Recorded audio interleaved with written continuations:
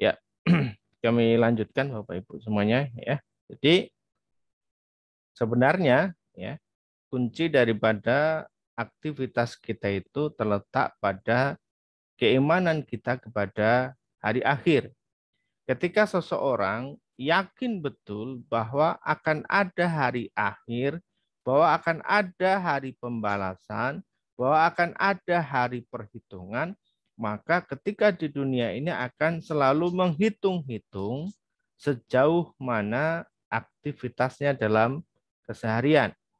Ketika seseorang yakin betul bahwa kelak setiap aktivitasnya akan dihisab oleh Allah, maka dia tidak mungkin akan korupsi, ya, tidak mungkin dia akan menipu dan seterusnya, ya, akan tentu berhati-hati dan selalu untuk menjaga daripada setiap perbuatannya, ya. Di sini disebutkan bahwa satu adalah memuliakan tamu, kemudian yang kedua adalah menyambung silaturahmi, dan yang ketiga adalah berkata yang baik ataupun kalau tidak bisa harus diam. Ya, baik kita lanjutkan. Rasulullah SAW bersabda juga. Nah, barang siapa yang ingin dilapangkan rezekinya, ya, man ahabba ayyub satolahu fi rizqihi wa ayyung sa'alahu fi asarihi fal yasil rahimahu.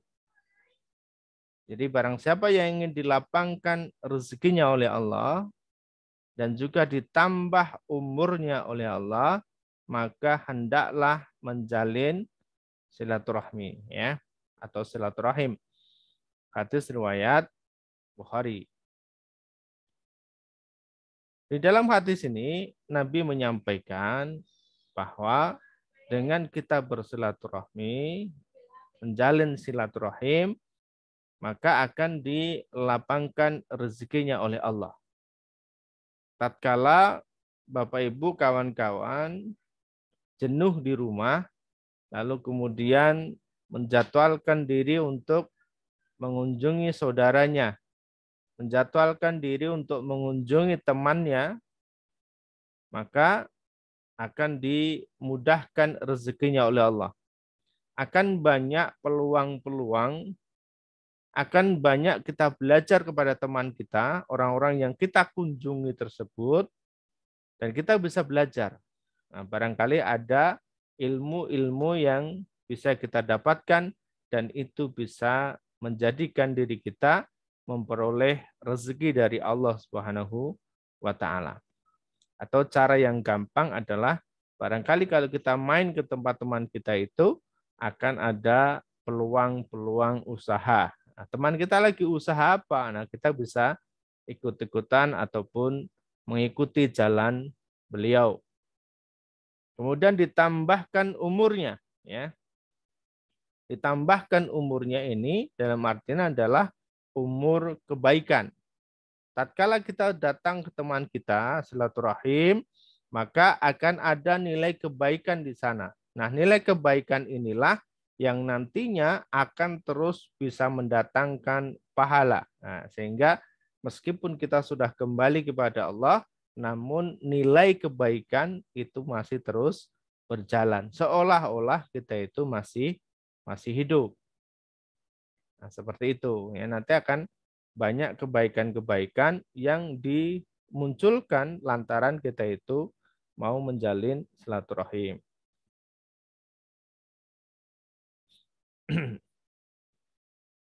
Ada satu kisah yang luar biasa, ya.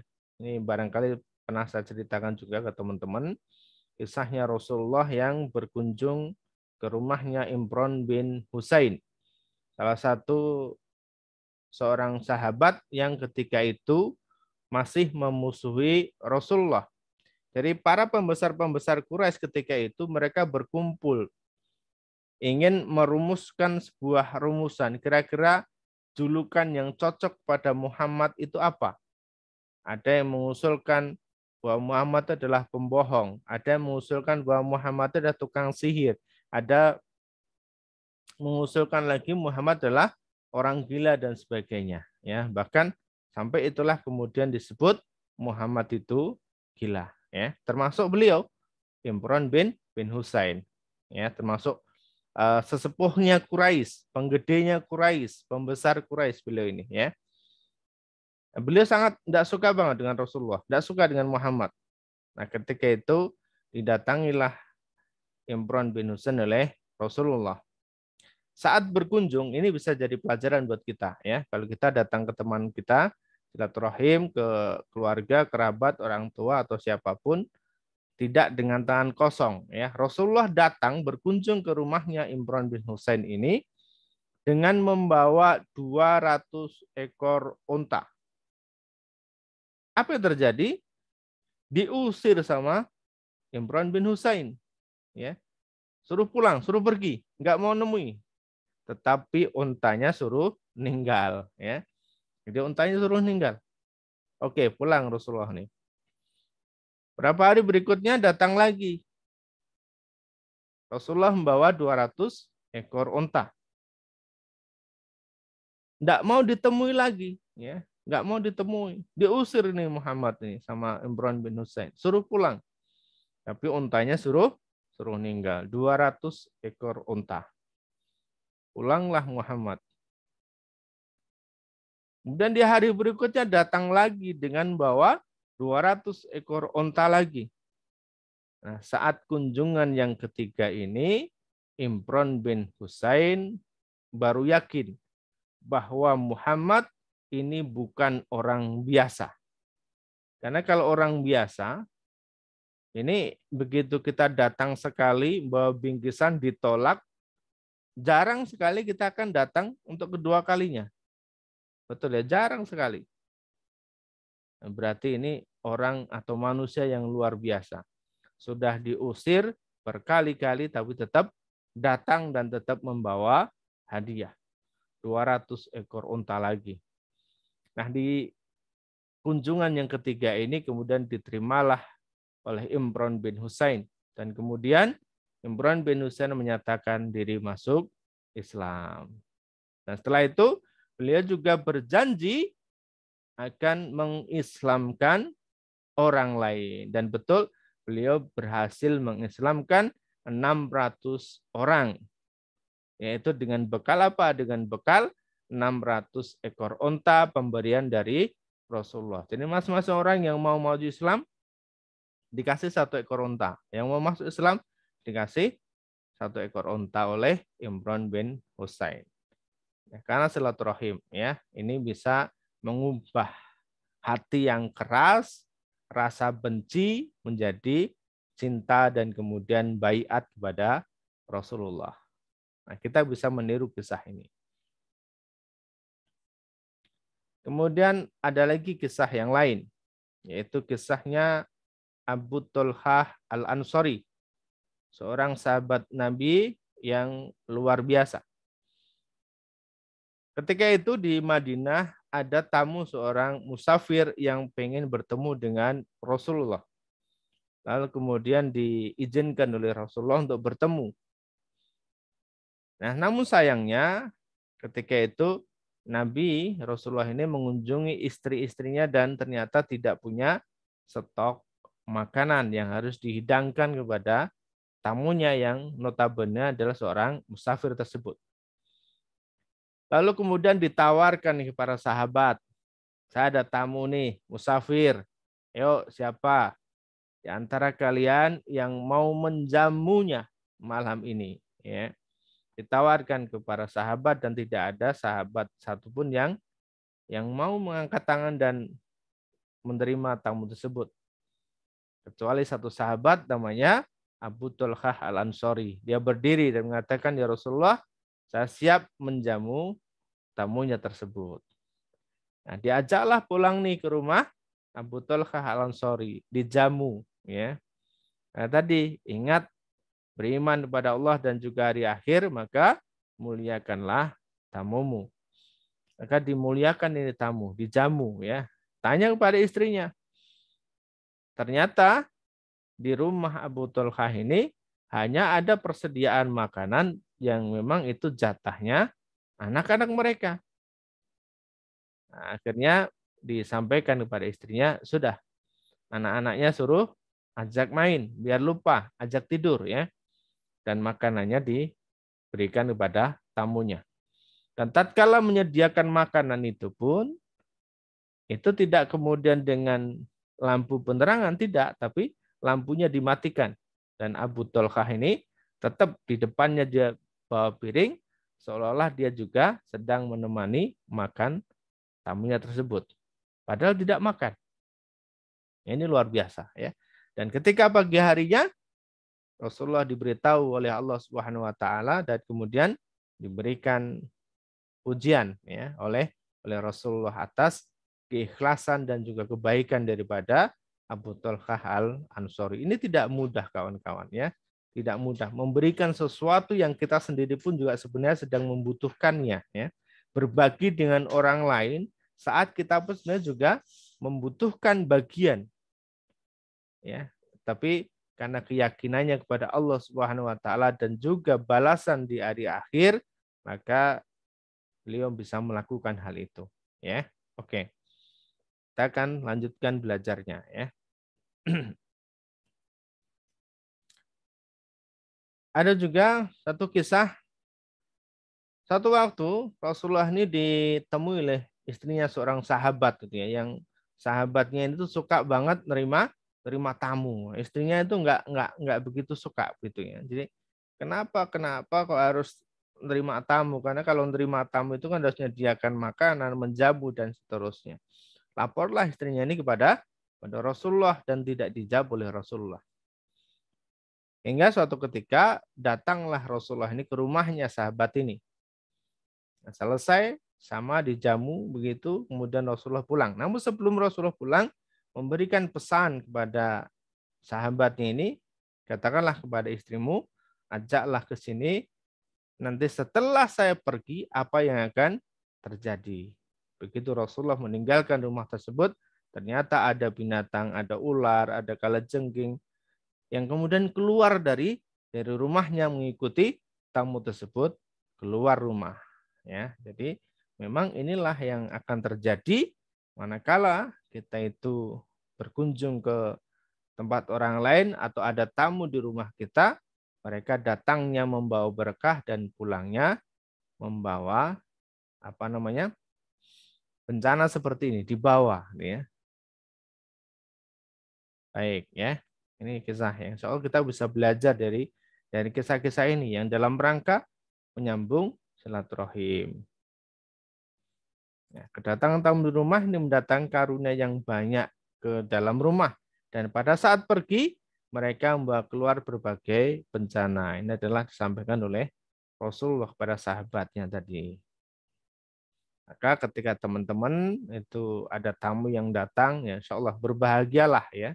Karena tamu yang datang itu akan membawa berkah, membawa karunia untuk keluarga Anda. Dan juga ketika pergi nanti akan membawa berbagai bencana yang seharusnya ada dalam rumah tersebut. Nah, ini kemudian di endingnya, manfaatnya apa sih silaturahmi itu? Kita belajar dari yang sudah kita sampaikan tadi. Ya, manfaatnya apa kira-kira? Satu, ini adalah bisa memperkuat tali persaudaraan. Baik antara teman, keluarga, yang barangkali jarang bertemu ataupun yang sudah sering ketemu ya. Jadi kalau kemudian kita punya teman lama jarang bertemu kemudian kita datang ke sana, maka tali persaudaraan ini akan semakin kuat. Ukhuwahnya akan semakin kuat. Atau juga kepada saudara-saudara kita, maka saling kunjung mengunjungi ya. Jadwalkan dalam satu pekan kita akan berkunjung kemana. Dalam satu bulan kita akan berkunjung kemana. Ya, silakan untuk dijadwalkan. Kemudian yang kedua, akan dihapuskannya dosa. Karena tatkala seseorang itu saling bertemu, kemudian bersalaman, maka bergugurlah dosa-dosa tersebut sampai orang tersebut berpisah kembali. Ya. Karena ketika seorang itu bertemu, ucap salam, kemudian mereka saling salaman, maka akan berguguranlah dosa-dosanya tersebut hingga mereka kembali berpisah. Ya, maka ini luar biasa. Yang ketiga, diluaskanlah rezekinya, ya, dan ini banyak manfaatnya, ya, apa namanya, rezeki dalam bentuk yang luas. Tapi setidaknya hal kecil yang bisa kita rasakan secara langsung adalah kita bisa belajar secara langsung kepada teman kita, kita bisa belajar secara langsung apa yang sedang dilakukan atau barangkali ada peluang-peluang apa yang bisa kita ikuti atau kita ambil. Nah, kita di rumah sedang nganggur nih, enggak punya kerjaan, enggak punya proyek, datangin aja temennya. Ini kemarin dilakukan oleh teman kita juga ya, salah satu di teman kita juga begitu.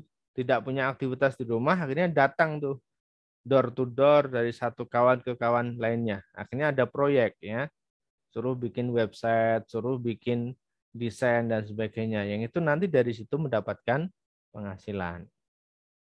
Termasuk juga menjualkan produk daripada teman kita.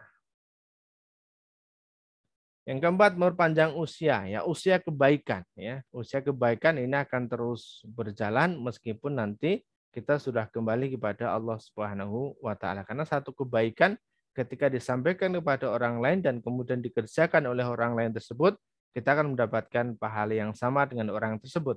Dan ketika kebaikan itu diajarkan lagi kepada orang lain, maka terus kebaikan itu akan terus mengalir kepada kita, ya.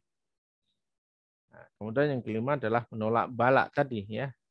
Seharusnya atau sebenarnya mungkin barangkali di rumah kita tuh banyak sekali bala cobaan, tapi dengan adanya banyaknya tamu yang datang ke rumah, maka bala itu tidak ada. Kita bisa coba cek ya di beberapa kiai, di beberapa tokoh yang sering kali ada tamu datang ke rumahnya, ternyata rumah tangganya baik-baik saja, rumah tangganya adem ayem, tidak pernah punya masalah dan seterusnya. Karena memang bala dari Allah Subhanahu wa taala ikut pergi bersama dengan tamu yang meninggalkan rumah tersebut, ya. Baik Bapak Ibu yang dirahmati Allah Subhanahu wa taala, insyaallah ketika kita betul-betul meyakini bahwa silaturahmi ini betul-betul dapat menjadi wasilah kebaikan yang jauh lebih besar lagi, mendatangkan rezeki yang jauh lebih besar lagi, maka seharusnya sudah saatnya lah kita kemudian menjadwalkan atau mengagendakan ya, mengagendakan kegiatan silaturahmi ini. Coba kita cek lagi kawan-kawan kita yang dulu pernah bersama, teman-teman kita yang dulu pernah ketemu, sekarang ada di mana, coba cari dan kemudian temui ya, silaturahmi dan kembali diperkuat tali persaudaraannya, ukhuwahnya. Mudah-mudahan nanti semuanya dimasukkan dalam surganya Allah Subhanahu wa taala dan kembali dipertemukan di akhiratnya kelak. Demikian Bapak Ibu yang dirahmati Allah Subhanahu wa taala materi kita pada malam hari ini. Dan nanti kita akan sambung pada tanya jawab ataupun sharing ya. Baik, saya tutup dulu. Assalamualaikum warahmatullahi wabarakatuh. Saya kembalikan ke Gus Wi. Waalaikumsalam warahmatullahi wabarakatuh. Jazakallah khairan katsir. Terima kasih. Kami aturkan kepada Kang Udin Yulianto yang telah memaparkan sangat detail, sangat jelas, gamblang tentang silaturahim yang mendatangkan rezeki. Baik, silakan Bapak Ibu dipersiapkan pertanyaannya. Bagi yang ingin bertanya, silakan bisa melalui ruang chat ataupun silakan bertanya secara langsung. Baik, kami langsung memberikan kesempatan pada Bapak Ibu sekalian yang ingin bertanya. Monggo, kami persilakan. Bisa mengangkat tangannya ataupun juga langsung membuka mic-nya ataupun videonya. Silakan. Kami beri kesempatan.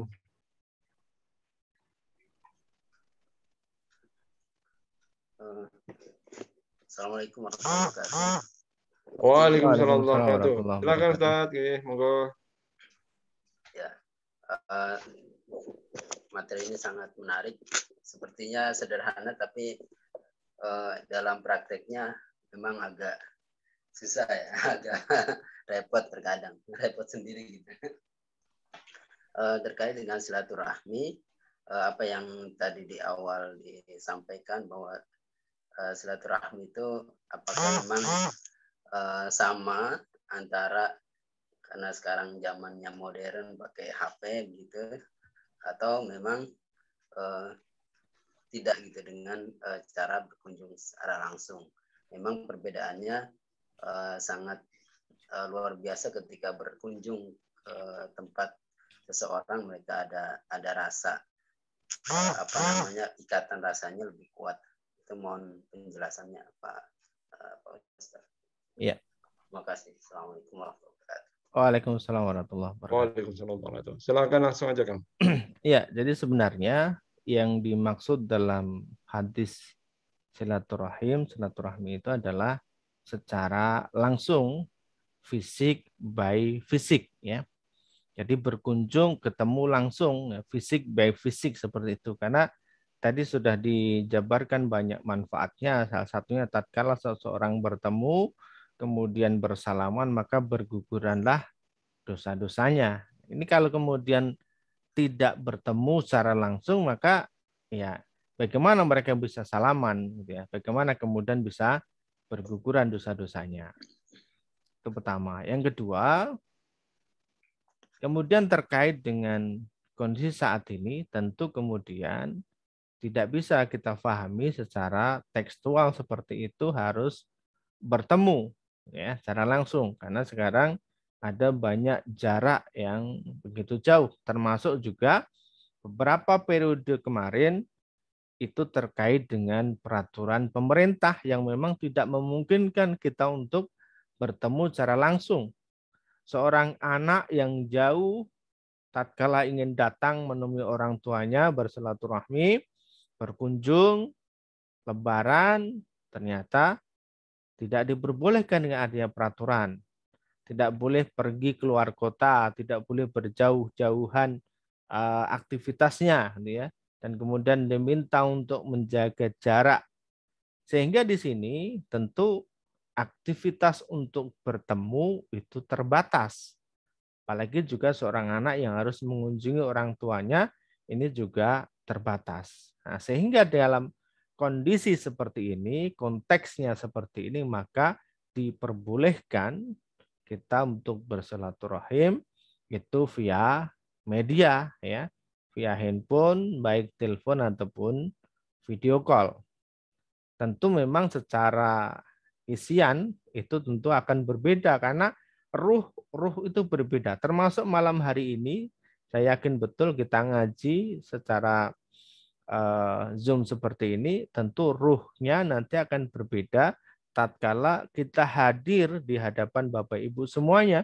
Kita ada kajian secara langsung di depan Bapak Ibu semua, tentu juga akan berbeda ruhnya. Tetapi secara manfaat, secara pahala insya Allah tidak akan berbeda karena Allah menilai daripada masing-masing niatan kita dan juga atas keterbatasan. Ya, termasuk tatkala sekarang misalnya kita mau bikin event di beberapa kota juga masih terbatas, terkendala perjalanan, terkendala fasilitas hotel, tempat, masjid dan seterusnya, ya.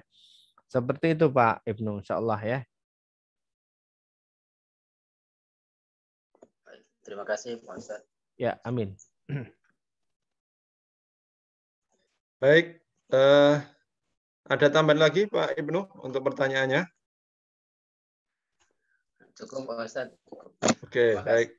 Kita lanjut ke pertanyaan chat.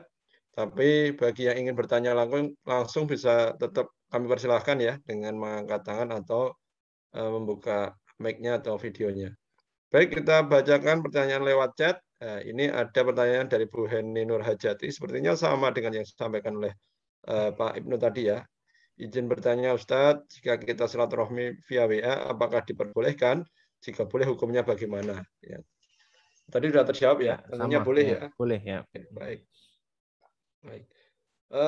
Pertanyaan berikutnya dari Pak Eko Susanto. Assalamualaikum Ustadz, apa saja sebab-sebab didatangkannya rezeki dari Allah, gitu kan? Monggo dijawab Ustadz. Ya, ya, oke. Sebab didatangkan rezeki oleh Allah SWT sebenarnya ada banyak ya. Salah satunya adalah dari rezeki dari silaturahmi ini. Kemudian yang selainnya ada kemudian ini bersedekah itu cepat banget. Kita kan ada materi namanya rezeki instan yang dimana tatkala kita itu bersedekah, baik itu ikhlas ataupun tidak ikhlas, insya Allah akan dibalas oleh Allah Subhanahu Wa Taala. Kalau kita itu ikhlas, maka balasannya di dunia dan di akhirat. Kalau tidak ikhlas, maka balasannya hanya di dunia saja. Tapi ini memang bagi orang-orang yang kemudian yakin dan juga percaya kepada Allah Subhanahu wa Ta'ala. Termasuk juga tatkala kita itu baca Quran. Ketika kita fokus baca Quran, fokusnya ke Allah Subhanahu wa Ta'ala, maka insya Allah itu juga akan mempermudah datangnya rezeki dari Allah Subhanahu wa Ta'ala. Berbuat amal soleh itu juga bisa mendatangkan rezekinya Allah Subhanahu wa Ta'ala. Oke, demikian Gus.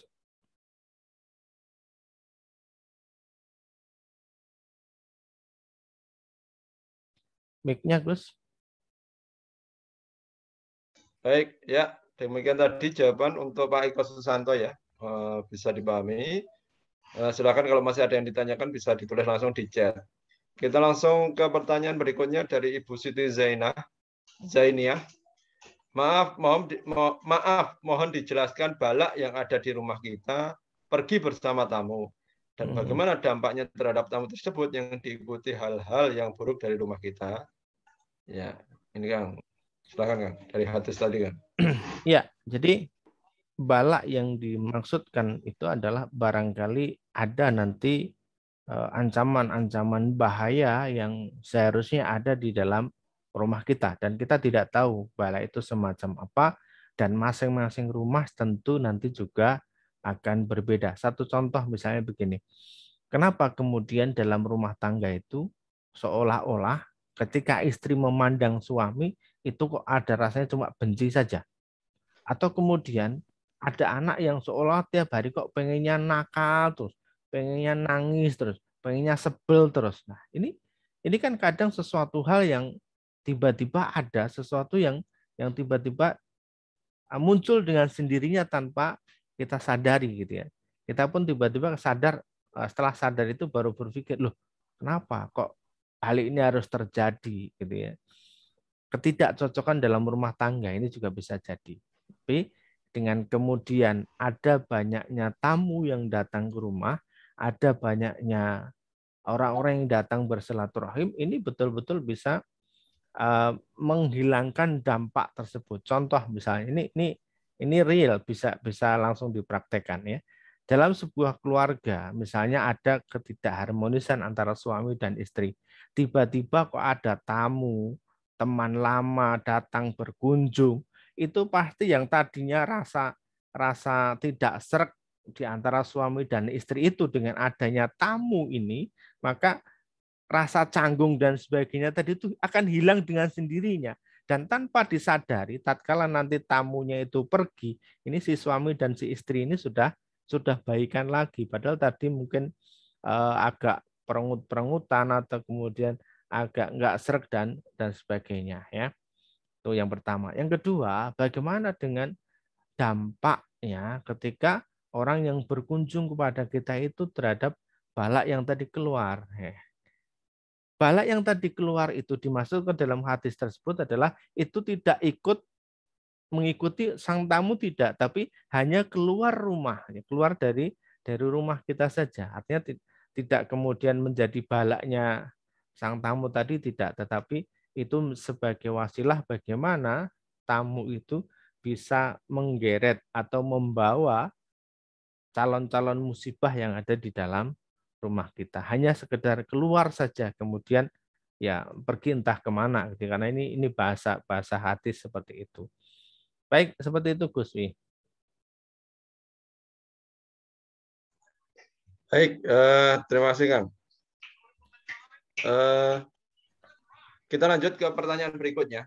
Ini sepertinya di luar konteks materi kita malam hari ini. Diperbolehkan, Kang? Ya, boleh, silakan. Baik, ya ini saya bacakan pertanyaan dari Pak Maulana, Thomas Maulana Zahid. Assalamualaikum Ustadz. Assalamualaikum Ustadz. Saya ingin bertanya di luar tema malam ini. Saya sering meminjamkan uang baik ke teman, saudara, kakak ipar, dan sahabat. Memang terkadang saya agak lemah jika ada kurang yang memelas, orang yang memelas ya, membutuhkan sesuatu harapan dari kita. Maka saya kadang jarang nolak memberikan pinjaman. Sampai-sampai apa yang saya harapkan yaitu pinjaman dibayar, tetapi tidak ada kabar ujung-ujungnya, saya selalu berkata dalam hati, ya sudah saya ikhlaskan saja. Dan apakah itu sudah dianggap ikhlas menurut agama atau menurut Allah SWT, sehingga tidak ada kesulitan di akhirat nanti. Kadang karena hal itu juga yang membuat kita enggan bertemu atau silaturahim. Mohon jawabannya Pak Ustadz. Ya, sebenarnya nyerempet juga dengan silaturahim ini. Ya, oke. Ya, ini masalah yang luar biasa, sering terjadi. Putusnya silaturahmi itu salah satunya adalah hutang. Jadi hutang ini adalah pemutus tali silaturahim yang paling ampuh. Karena tatkala seseorang itu belum berhutang, itu kemana-mana bisa bareng, kemana-mana bisa sering ketemu dan itu cocok. Tapi tatkala seseorang sudah punya hutang, ketemu saja males, ya, ketemu saja ogah, gitu ya. Kalau bisa menghindar. Dan ini akhirnya inilah yang kemudian membuat hubungan itu jadi renggang, membuat hubungan ini jadi jauh, ya. Yang kemudian akhirnya jadi putus hubungan itu di sini karena lantaran hutang, ya. Yang menghutangkan, ya, yang memberikan hutang, memberikan pinjaman itu menghubungi, akhirnya nomornya diblokir lah, macam-macam, tidak bisa ketemu dan seterusnya, ya. Akhirnya yang punya hutang, yang punya pinjaman bisa lari dan seterusnya. Ini memang masalah yang memang harus diselesaikan dari awal, ya, dari dini. Nah, bagaimana caranya agar kita itu tidak meminjamkan uang? Ini ada solusinya. Bagaimana agar orang-orang itu tidak lagi minjam kepada kita? Meskipun memang pahala orang yang meminjamkan uang itu jauh lebih besar daripada orang yang bersedekah. Karena resikonya juga besar, ya. Orang-orang yang meminjamkan uang nanti bisa saja jadi sakit hati, jadi bisa timbul fitnah, jadi timbul permusuhan dan seterusnya. Kalau memang tidak ingin hal itu terjadi, maka dari awal harus kita siasati. Siasatinya bagaimana? Tatkala ada orang yang datang meminjam uang dan memang kita betul-betul tidak ingin meminjamkan uang tersebut dengan tadi, ya, takut nanti akan malah menimbulkan dosa, menimbulkan permusuhan, maka tidak usah kita pinjami. Tetapi kita beri, ya. Jadi contoh, ada orang datang mau minjam uang 500.000. Kita bilang saja, kita tidak meminjamkan uang. Saya ada uang 200.000, silakan ini buat kamu. Nggak usah dikembalikan. Ada orang lagi besok seperti itu datang, ya sudah, kita kasih aja. Seberapa ketika kita mampu untuk memberikannya. Yang penting kita ikhlas ngasihnya. Dan yakin, satu, nanti hubungan persaudaraan, hubungan pertemanan itu nggak akan putus. Masih akan nyambung. Yang kedua, orang tersebut itu tidak akan pernah berani minjem lagi sama kita. Coba aja, nanti orang yang pernah datang meminjam uang tapi malah kita kasih, itu di episode berikutnya mereka tidak akan minjam lagi uang sama kita. Ya, ini betul, ya, maka bisa diantisipasi dari awal. Tapi kalau kemudian memang uangnya kita banyak dan kemudian kita tidak ada masalah soal uang, mau dikembalikan atau tidak kita tidak ada masalah, dan kemudian nanti tidak akan muncul rasa benci, rasa dendam dan seterusnya, tidak muncul rasa permusuhan dan seterusnya, maka boleh, ya, kita pinjamkan. Tetapi meskipun seperti itu, nanti tetap dari rasa peminjam, orang yang meminjam itu akan secara sendirinya akan menjauh dari kita. Meskipun kita sebenarnya ikhlas, ya, tidak dikembalikan pun tidak apa-apa, tapi orang tersebut akan dengan sendirinya juga juga akan menjauh. Ya, apakah ada seperti itu? Banyak ya. Ya, teman-teman saya juga banyak seperti itu ya. Tiba-tiba kemudian mereka menghilang dan terusnya menjaga jarak. Meskipun sebenarnya kita sudah tidak permasalahkan uang tersebut ya. Itu. Lalu tadi pertanyaannya adalah kalau kemudian kita berikan kepada mereka, kita ikhlaskan, apakah ini kemudian kita betul-betul sudah dianggap ikhlas oleh Allah? Nah, saya sering menyampaikan bahwa ikhlas itu termasuk amalan hati. Sehingga orang lain tidak ada yang tahu seseorang itu ikhlas ataupun tidak. Seseorang itu beramal baik, beribadah kepada Allah, ikhlas ataupun tidak ikhlas, yang tahu cuma dirinya sendiri dengan Allah Subhanahu wa taala. Orang lain itu tidak bisa menilai. Bukan berarti kemudian orang yang ketika bersedekah harus ditunjukkan, harus ditampakkan mereka bukan orang ikhlas. Bukan, belum tentu.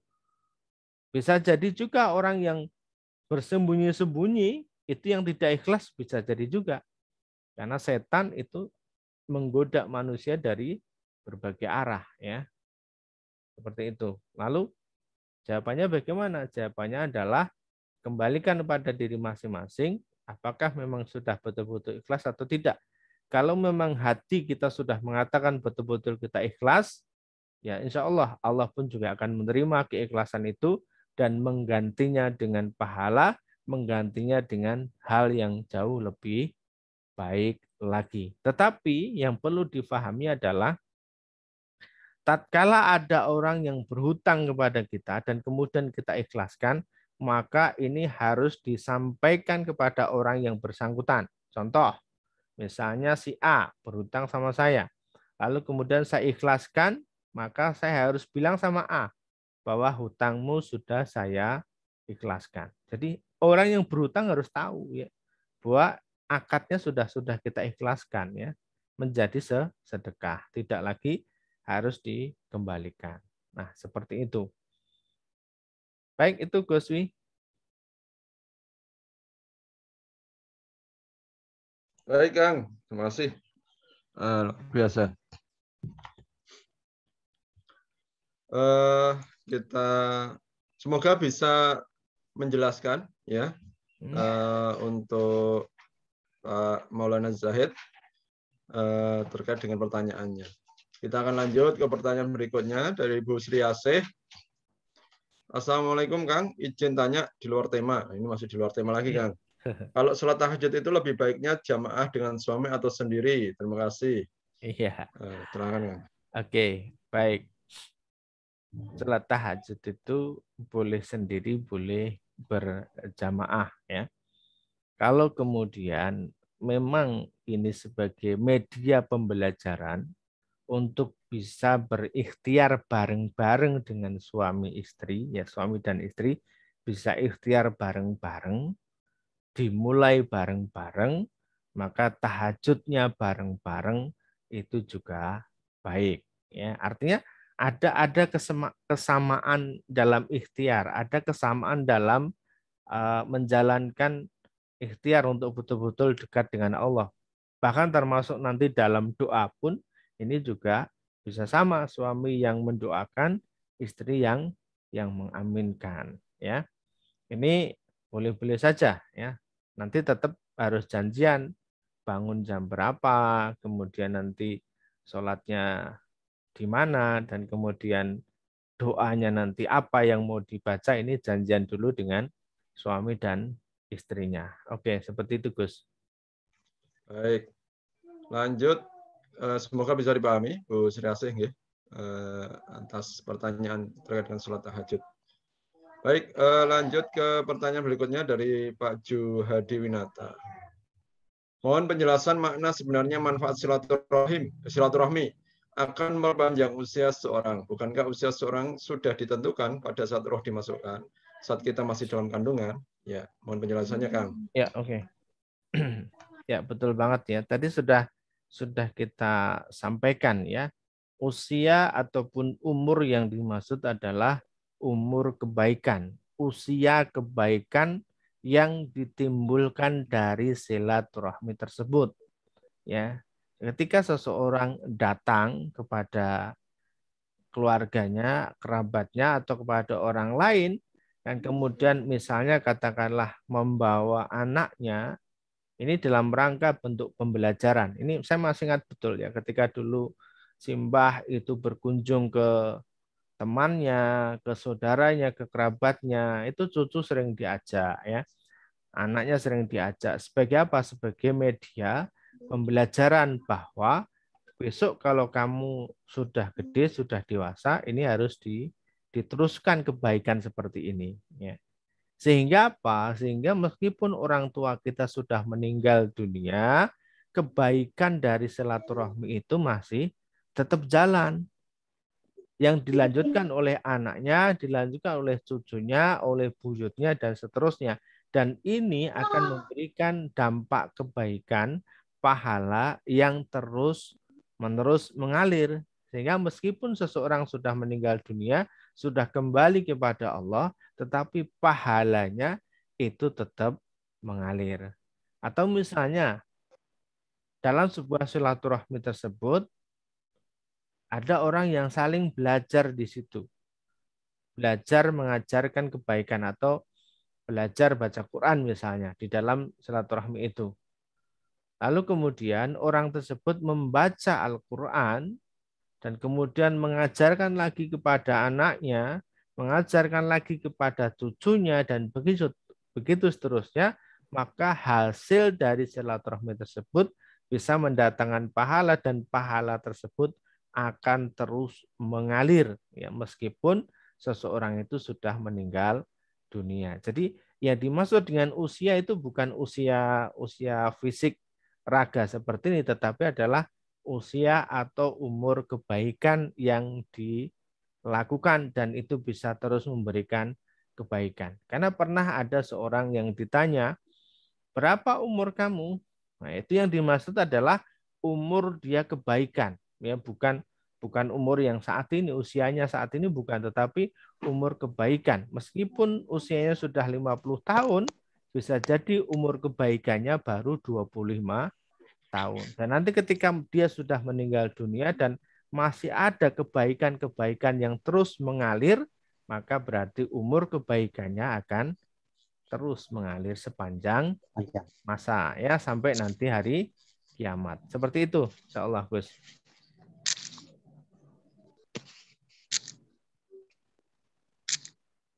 Mic-nya Gus, mic-nya belum dibuka.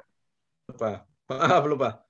Baik, semoga bisa dipahami oleh Pak Juhadi ya atas maksud dari silaturahmi akan perpanjang usia ya. Baik, berarti ini bisa dimaknai bukan berarti secara fisik ya, tapi banyak makna terkait dengan berpanjangnya usia ini.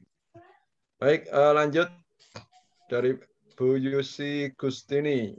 Assalamualaikum Kang, gimana kalau suaminya susah untuk menjalankan sunnah-sunnah, misalnya tahajud, duha, dan lain-lain, berjamaah juga nggak pernah ke masjid, gimana menyikapinya dan minta solusinya? Wassalam. Ya, ini temanya beda Kang ya, silahkan Kang jawab. Ya oke. Tugas seorang istri itu cuma ada dua ya.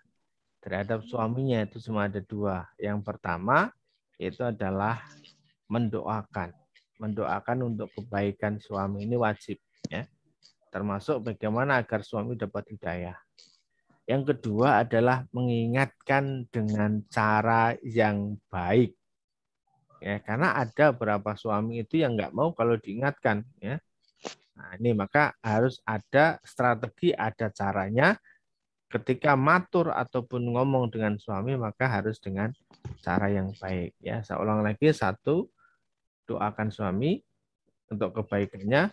Yang kedua, ingatkan dengan cara yang baik. Misalnya kalau pas lagi mau masuk waktu sholat, ya dirayu-rayu atau dipijitin dulu dan sebagainya, dan nanti mau ke masjid dan sebagainya. Seperti itu, Gus.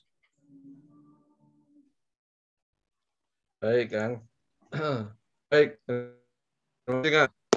Kalau butuh konsultasi khusus, Bu Yusi bisa langsung kontak Kang Udin ya, Kang ya.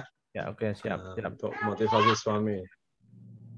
Baik, Bapak Ibu sekalian, Untuk pertanyaan di chat sudah habis ini. Mungkin ada yang akan bertanya langsung, silakan kami beri kesempatan. Adakah yang ingin bertanya langsung ya melalui ruang Zoom ini? Silakan dibuka videonya untuk bertanya langsung. Kita kasih kesempatan ya. Kita tunggu beberapa menit. Kalau tidak ada, kita akan tutup forum kita ini. Sepertinya sudah ini, Kang. Tidak ada yang mau bertanya. Tidak ada yang bertanya lagi. Mungkin ada closing statement dari Kang Udin, silakan, Kang. Ya, baik teman-teman, Bapak Ibu yang dirahmati Allah Subhanahu wa taala. Betul tadi disampaikan oleh Pak Ibnu bahwa materi ini sepertinya sederhana tetapi tidak mudah juga untuk dijalankan ya.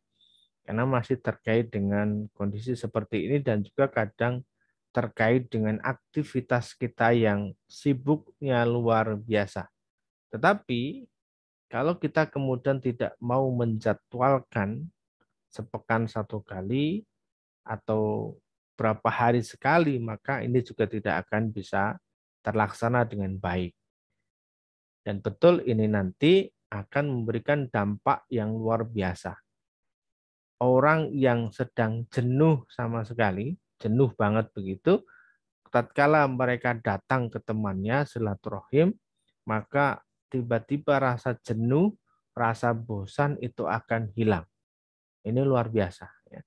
Termasuk orang yang ketika di rumahnya sedang ada problem, sedang ada masalah, tatkala datang tamu, ada orang silaturahim, maka ini luar biasa juga. Akan dengan segera menghilangkan hal-hal yang negatif tadi, akan hilang dengan sendirinya. Ya, maka saya mengingatkan pada diri sendiri dan juga pada teman-teman semuanya, Bapak Ibu semuanya, yuk untuk senantiasa kita jadwalkan, kita jaga diri kita untuk senantiasa menjaga tali persaudaraan, ukhuwah antara satu dengan yang lainnya. Kalaupun memang kita belum diizinkan oleh Allah untuk bertemu secara langsung, setidaknya kita by WA, by telepon, ataupun video call. Insya Allah ini akan mewakili, ya, meskipun memang belum bisa 100% mewakili dari kata silaturahmi tadi, tapi setidaknya ini menggantikan